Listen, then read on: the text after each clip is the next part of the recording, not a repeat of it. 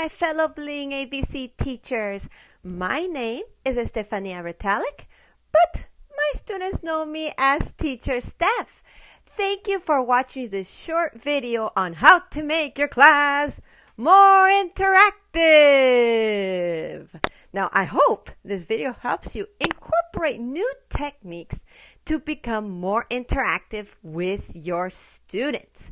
Now, to keep your students interactive and engaged in the class, you need to move and make sure that you are active yourself. Now, I use some different interaction patterns, such as we all know our really good friend, the microphone.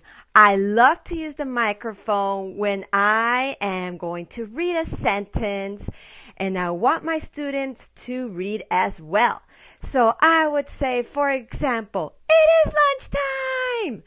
And as soon as I put that microphone on, they know they are going to interact with me. And I say, it's your turn. And they begin their interaction. Now, you may have students that love to draw or are so engaged, and then you have students that just kind of stare at you, and you don't know what to do when they do this. So, what I like to do is when we are doing sentence patterns, I like to use my white marker. So what I do with my students, I say, okay, let's read it together. It is lunchtime. Let's eat some bananas. And you wait until they repeat. Then you tell them to close their eyes. And they're wondering why you're making them close their eyes. So you say, okay, close your eyes, close your eyes. Oh, I'm not starting till you close your eyes. And you do it with them. You show them, close your eyes, close your eyes. And as soon as you see your students are closing their eyes, you grab that white marker and you erase one of the sentence patterns. For example, it is lunchtime. And you tell your students, open your eyes. Oh no, we're missing a sentence. What sentence are we missing? So here you have your students engaged, looking at the slide, wondering, oh, what is the sentence we're missing? So here you give them the draw tool, and at the same time as they're engaged, they are also to remember what was the sentence pattern. So you're watching and listening to see if they understand and they got it.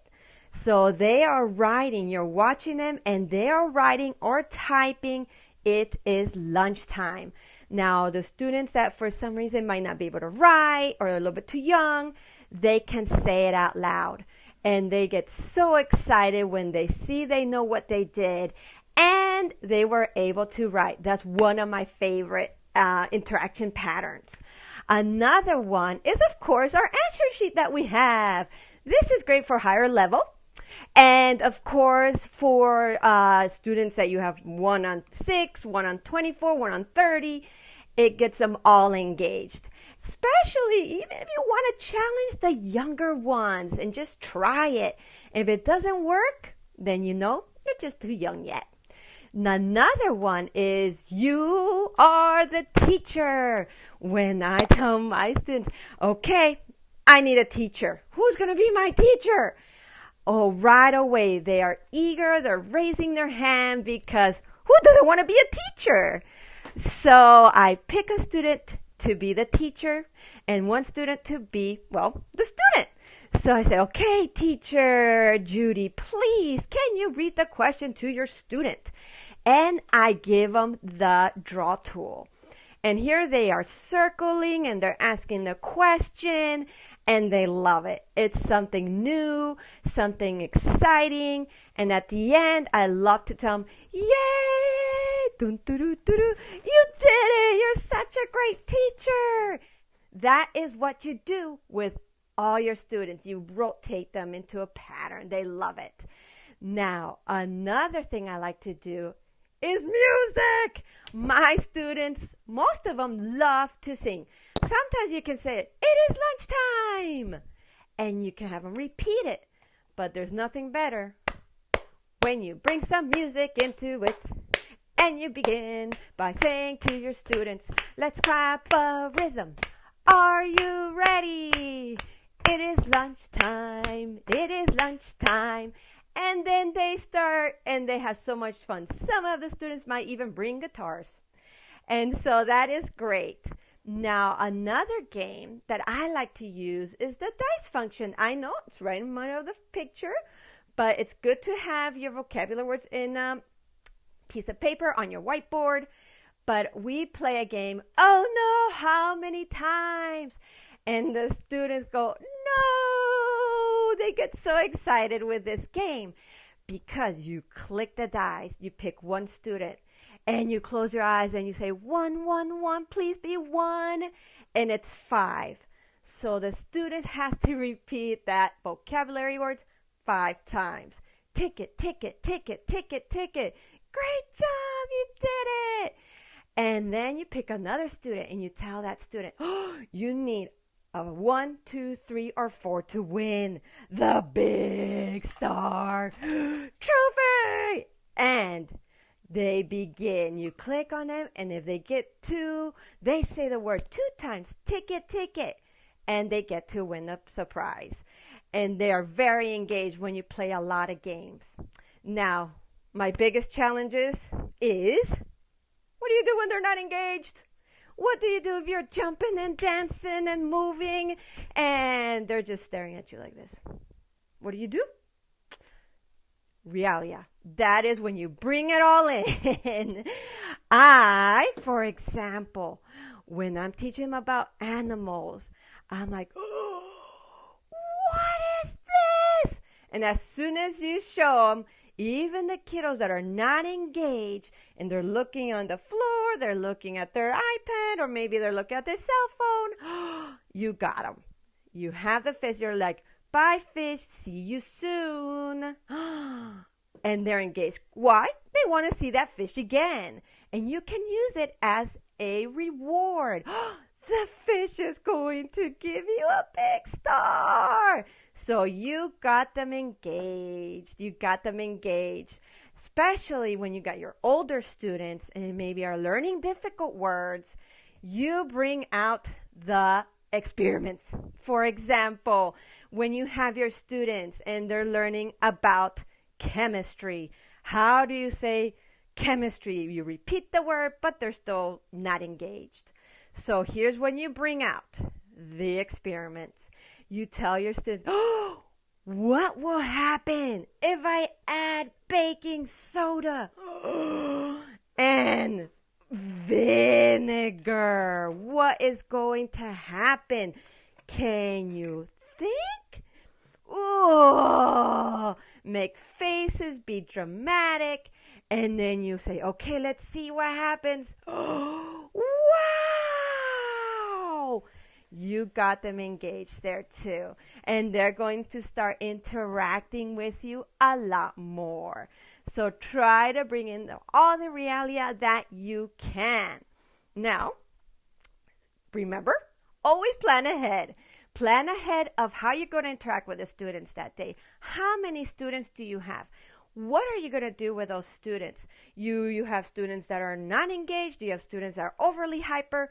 Always plan. And don't be afraid or don't be disappointed if for some reason your lesson that you have perfectly planned in your head on paper didn't work out.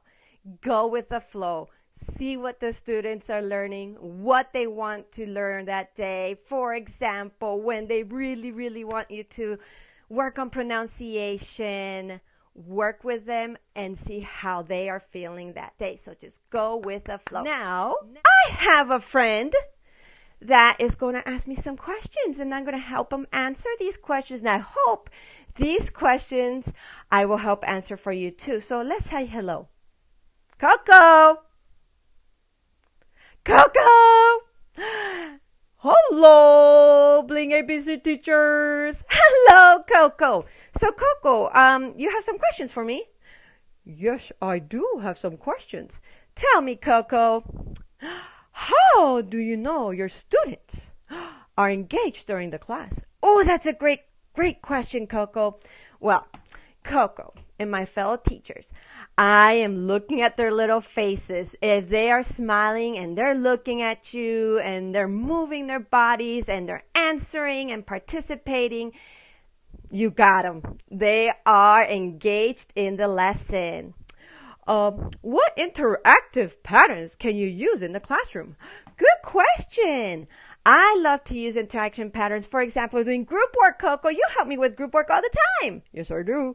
So get in there with your students in group work. Bring all the students down and yourself. And you can tell me, okay, Judy, you tell Coco. Coco tells me. Coco, you're going to ask Sam the question. And it's a big circle. And they love it. They interact with each other, with you, and with Coco. Oh, very good. Now, did you wait for their answer? Oh, Coco, that's a good question. You have to wait for their answer. I know it's hard. You want to tell them right away. Wait 3 to 5 seconds before you help them answer. Were you interacting with your students while playing the videos or using the interactive functions? Of course, Coco. When the students are reading a pattern, what I like to do is I read the pattern not correctly. I say it wrong. And the students are, what, teacher? No! And I have them read it to me. I just pretend I read it completely wrong, and they're engaged because, hey, the students become the teacher. Oh, that's a great idea. Now, do you interact with your students while they read? Oh, yes. While they read, I interact with them as well. I let them read, and if I see they're making a mistake, I help them, Coco. I help them. And then I try to do the same mistake and see if they catch it. Then they're engaged, and at the same time, I see if they were able to learn from their mistakes. Now, what is your biggest challenge? Ooh, Coco, my biggest challenge is to wait for them to answer. I want to help them so bad. I want to jump in there and say, oh, let me help you. But you can't. You have to give them enough time to answer. What's one of my biggest challenges? And one of the biggest challenges is when they're not engaged.